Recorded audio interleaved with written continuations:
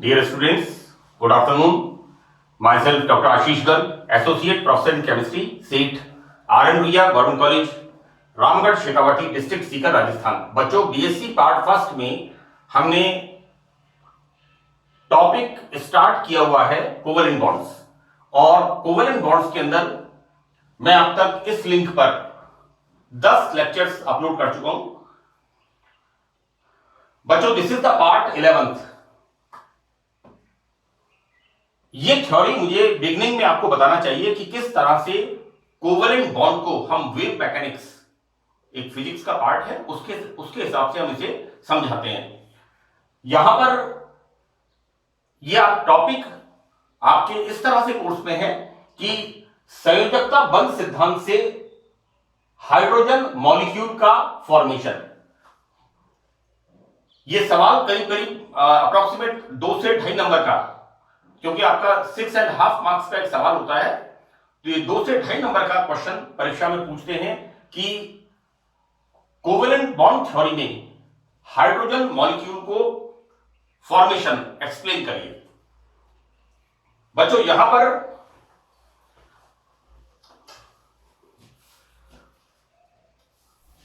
ये बहुत ही सिंपल और सिस्टमेटिक पार्ट है। बेटा, माना कि 2 हाइड्रोजन, हमने एक को माना HA और एक को माना HB, और इनके जो इलेक्ट्रॉन्स हैं, हम यहां पर HA के इलेक्ट्रॉन को 1 से और HB के इलेक्ट्रॉन को 2 से इंडिकेट करते हैं, मतलब दर्शाते हैं। ये जो 2 हाइड्रोजन हैं, इनके बीच में इंटरेक्शन का मतलब बच्चों, जब ये हाइड्रोजन एटम एक दूसरे के पास आते हैं तो इनमें किस तरह की प्रतिक्रिया होती है। यहां पर देखो बच्चों, ऐसा है कि HA और HB, ये 2 हाइड्रोजन जब एक दूसरे के पास आते हैं तो यहां पर दोनों के न्यूक्लियस एक दूसरे को प्रतिकर्षित करते हैं, और यहां पर HA का न्यूक्लियस HB के इलेक्ट्रॉन को आकर्षित करता है, और HB का न्यूक्लियस HA के इलेक्ट्रॉन को आकर्षित करता है। राइट? तो हमने जैसा कहा कि जब 2 हाइड्रोजन एटम एक दूसरे के नजदीक आते हैं तो इनके बीच में इंटरेक्शन, अंतरक्रिया, attraction as well as repulsion, आकर्षण एवं प्रतिकर्षण, किस प्रकार से हम यहां पर प्रदर्शित करते हैं। माना 2 हाइड्रोजन एटम HA तथा HB एक दूसरे से अनंत दूरी पर हैं, बहुत दूर हैं, इनफाइनाइट है, नो मेजरमेंट ऑफ डिस्टेंस, अनंत दूरी पर हैं। यदि HA का वेव फंक्शन साई A, बच्चों HA का वेव फंक्शन साई A और HB का तरंग फलन साई B है, तो इस अवस्था में तंत्र का तरंग फलन साई, ये बच्चों कब है? जब अनंत दूरी पर 2 हाइड्रोजन परमाणु स्थित हैं। तो हम कैसे लिखेंगे बच्चों यहां पर साई वेव फंक्शन बराबर Sai A dot into Sai B। जब एटम HA और HB को पास लाते हैं, ये दोनों एटम एक दूसरे के नजदीक आते हैं, तो इनमें पारस्परिक क्रिया होती है। बच्चों, this is the attraction as well as repulsion. यहां पर HA की नाभि इलेक्ट्रॉन 2 को और HB की नाभि इलेक्ट्रॉन 1 को आकर्षित करती है। जैसे मैंने बताया, HA की नाभि इलेक्ट्रॉन 2 को और HB की नाभि इलेक्ट्रॉन 1 को आकर्षित करती है। यदि इलेक्ट्रॉन 1 HA के पास है और इलेक्ट्रॉन 2 HB से संबंधित है, तो हम बच्चों वेव फंक्शन किस तरह से देंगे? Sai first, right? Sai first बराबर HA1 और HB2, राइट? तो this is the wave function. Equation first, H2 अणु बनने पर दोनों परमाणुओं के परमाणुीय कक्षक पास आकर अतिव्यापन कर लेते हैं। यहां पर बच्चों क्या हो गया? इनका बॉन्ड पेयर, जैसा मैंने आपको मेरी डेफिनेशन में बताया है, हाइड्रोजन बॉन्ड बनते हैं। एक HA का एक इलेक्ट्रॉन, HB का दूसरा इलेक्ट्रॉन, और इनके अंदर शेयरिंग होती है ना। तो जब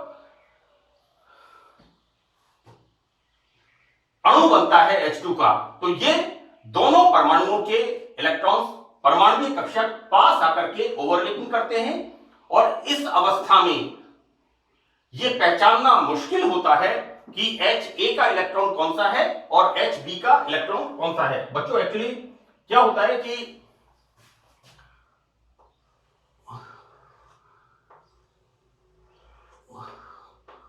this is HA, this is HB, और जब इसके अंदर इस तरह से ये बॉन्ड बनते हैं, तो इस स्टेट में जिसे हम कहते हैं कोवेलेंट बॉन्ड, यहां पर यह मुश्किल पता लगाना होता है कि HA का इलेक्ट्रॉन कौन सा है और HB का इलेक्ट्रॉन कौन सा है, क्योंकि यहां पर कोवेलेंट बॉन्ड इलेक्ट्रॉन्स की साझेदारी हो जाती है।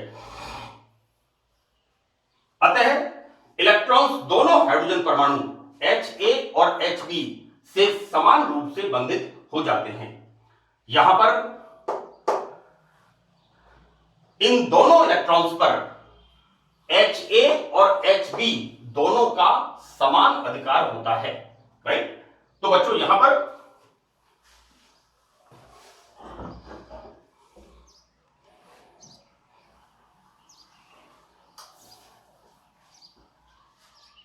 यदि तंत्र की संरचना को हम ये माने बच्चों इस स्टेट के अंदर कि HA के पास, बच्चों HA के पास ये वाला इलेक्ट्रॉन है, ये पोजीशन, ये स्थिति कब आएगी? इस स्थिति में जब इनमें कक्षकों का अतिव्यापन हो जाता है और कोवेलेंट बॉन्ड का फॉर्मेशन हो जाता है। अब इस बंध युग्म में यह पहचानना मुश्किल होता है कि HA का इलेक्ट्रॉन कौन सा है और HB का इलेक्ट्रॉन कौन सा है। अब हम आगे इसको देखते हैं कि बच्चों यदि तंत्र की संरचना को HA के पास ये इलेक्ट्रॉन माने और HB के पास हम इस इलेक्ट्रॉन को माने, राइट। तो बच्चों यहां पर वेव फंक्शन कैसे हम देंगे?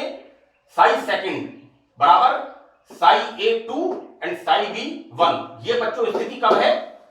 जब कक्षकों की ओवरलैपिंग हो जाती है और सह संयोजक बंध का निर्माण होता है। This is the equation second. इस प्रकार हम कह सकते हैं कि H2 अणु के बनने पर तंत्र का तरंग फलन उपरोक्त दोनों तरंग फलन Sai first and Sai second के द्वारा समान रूप से प्रदर्शित कर सकते हैं। और बच्चों तंत्र का रियल वेव फंक्शन, वास्तविक तरंग फलन, इन दोनों तरंग फलन के लीनियर कॉम्बिनेशन से प्राप्त होता है। बच्चों दिस इज द साई, ये जो हमारे पास H2 मॉलिक्यूल बना है, इसका जो एक्चुअल वेव फंक्शन है दैट इज साई, और वो इन दोनों के लीनियर कॉम्बिनेशन, रेखीय संयोग से प्राप्त होता है। इसे हम किस तरह से लिखते हैं? साई बराबर C1 Sai first plus C2 Sai second, and this is the equation third. बच्चों यहां पर हम इक्वेशन थर्ड में साई फर्स्ट और साई सेकंड इनकी वैल्यू को रखते हैं, तो हम क्या देखते हैं यहां पर? साई बराबर C1, साई फर्स्ट हमारा क्या था? साई A1 साई B2, और C2 हमारा Sai second C। This value, this is the value. यहां पर बच्चों Sai A 2 electron and Sai B 1 electron, right. और यहां पर हम इसको किस तरह से लिखेंगे? इसे खोलेंगे तब this is C1 Sai A1 Sai B2 plus C2 Sai A2 dot Sai B1। तो दिस इज द इक्वेशन 4। यहां पर बच्चों ये जो वेव फंक्शन है, ये this is the combination constant जिसकी हम इसकी बात कर रहे हैं। C1 C2 के वर्ग से, स्क्वायर से इसको हम मेजरमेंट करते हैं, इसके वर्ग से मापा जाता है। इसको हम कैसे लिखेंगे? C1 का स्क्वायर बराबर C2 का स्क्वायर, राइट। या इसको हम लिखेंगे C1 बराबर प्लस माइनस C2। बच्चों attraction as well as repulsion, यहां पर C1 बराबर 1 एंड C2 बराबर ±1 है, तो समीकरण 4 को, इस इक्वेशन को हम निम्न प्रकार प्रदर्शित करते हैं बच्चों। This is for the attraction and this is for the repulsion. C psi plus attraction होता है, राइट। बिल्कुल मैंने इसको अच्छी तरह से एक्सप्लेन करने की कोशिश की है। यहां पर बच्चों साई प्लस में क्या होगा, Sai A1 Sai B2 plus psi A2 into Sai B1, जबकि साई माइनस ये बच्चों wave function for the repulsion.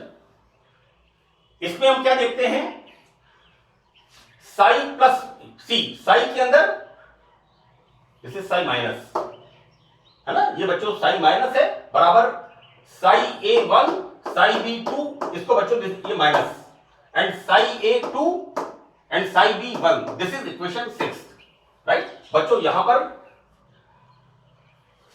Sai plus को सममित तरंग फलन, सिमेट्रिक वेव फंक्शन, और साई माइनस को एंटी सिमेट्रिक वेव फंक्शन, इसको कहते हैं असममित वेव फंक्शन, लिखा है शायद मैंने इसमें नहीं, सी असममित तरंग फलन। बच्चों यहां पर साई माइनस को एंटी सिमेट्रिक वेव फंक्शन कहते हैं। दोनों परमाणुओं के नाभिकों के बीच की दूरी कम होने पर साई प्लस के लिए इलेक्ट्रॉन घनत्व बढ़ता है। बच्चों दिस इज द पोजीशन। जब यहां पर इनफाइनाइट दूरी से दो हाइड्रोजन परमाणु एक दूसरे के पास आते हैं, तो इस स्थिति पर, यह स्थिति कब है बच्चों, यहां पर, ये जो मैंने लिखा है R0 minimum for Sai plus state, बच्चों ये स्टेट आती है इस जगह पर। तो यहां पर साई प्लस के लिए इलेक्ट्रॉन घनत्व बढ़ता है एवं तंत्र की ऊर्जा कम होती है। दूसरा वेव फंक्शन कौन सा है बच्चों, रिपल्शन वाला, राइट। यहां पर anti symmetric wave function psi minus के लिए चिन्ह परिवर्तित होने पर साई 1 व साई सेकंड एक दूसरे को नष्ट कर देते हैं एवं इलेक्ट्रॉन घनत्व दोनों नाभिकों के बीच कम होते होते 0 हो जाता है एवं तंत्र की ऊर्जा बढ़ जाती है। तो बच्चों मैंने आपको बताऊं, आपको दिस इज द E0। यहां पर हम क्या शो कर रहे हैं, दो हाइड्रोजन परमाणु एक दूसरे से इनफाइनाइट डिस्टेंस पर होते हैं, और जब ये दो हाइड्रोजन परमाणु एक दूसरे के पास आते हैं और इनकी रेडियस, एटॉमिक रेडियस, क्योंकि हाइड्रोजन एटम है तो हाइड्रोजन एटम की एटॉमिक रेडियस क्या होता है, R बराबर 0। तो इस जगह पर, यानी यहां पर एनर्जी कम होती है, सी दिस इज E0, यहां एनर्जी कम हो रही है, negative repulsion, and this is the positive repulsion. यहां पर एनर्जी बढ़ रही है। हम देखते क्या है, इस जगह पर इस बॉन्ड का फॉर्मेशन होता है, हाइड्रोजन बॉन्ड का फॉर्मेशन होता है। बच्चों ये लिखा है इंटर न्यूक्लियर डिस्टेंस, यहां पर काफी ज्यादा है, इनफाइनाइट जैसा हमने कहा है, अनंत दूरी पर, और जब ये ऊर्जा कम होती है और एटॉमिक हाइड्रोजन एटम की रेडियस, हाइड्रोजन एटम की R0 एटम्स की एटॉमिक रेडियस, यानी दो परमाणु जब एक दूसरे के पास आ जाते हैं और डिस्टेंस क्या हो जाता है, R0, इसके बाद यदि ये एटम्स एक दूसरे में प्रवेश करने की कोशिश करते हैं तो this is energy is increased, है ना। तो यहां पर इस तरह से हम बताते हैं बच्चों कि Sai plus this is for the symmetric wave function, सममित तरंग फलन।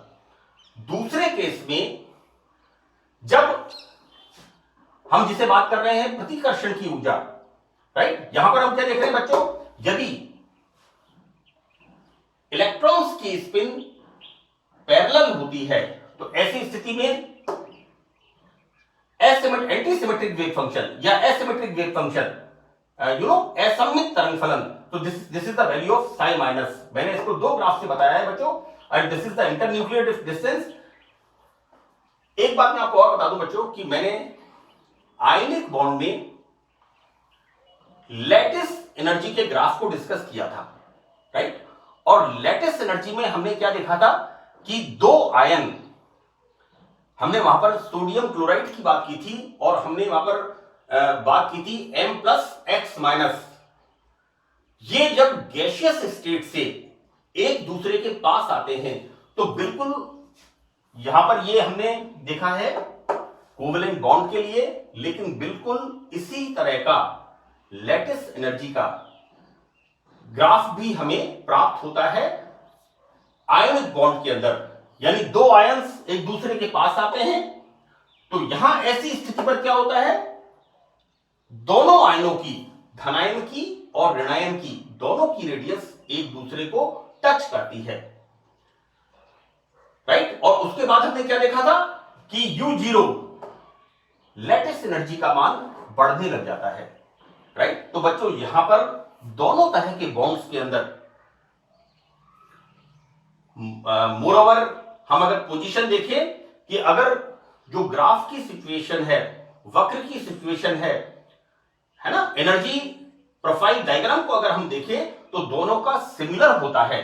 लेकिन यहां पर मैं इसको कोवेलेंट बॉन्ड के कॉन्टेक्स्ट में बात कर रहे हैं और वहां पर हम बात करते हैं लैटिस एनर्जी के ग्राफ में आयनिक बॉन्ड के बारे में, वहां पर हम डिस्कस करते हैं। मैं इसलिए आपको कंपैरिजन करके बता रहा हूं क्योंकि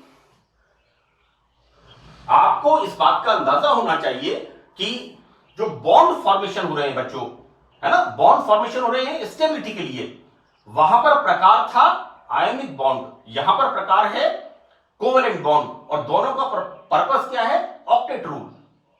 ओवरऑल दोनों का पर्पस क्या है, ऑक्टेट रूल। देखो बच्चों ऐसा है कि आप लोग अभी स्टडी कर रहे हैं, आप लोग बैचलर हैं, अकेले हैं, your state is the elemental state, right. After 5 years 7 years जब आपकी स्टडीज कंप्लीट हो जाएंगी और आप कहीं जॉब में लग जाएंगे तो क्या होगा, आपकी बॉन्डिंग होगी। बॉन्डिंग का मतलब आपकी मैरिज होगी, राइट।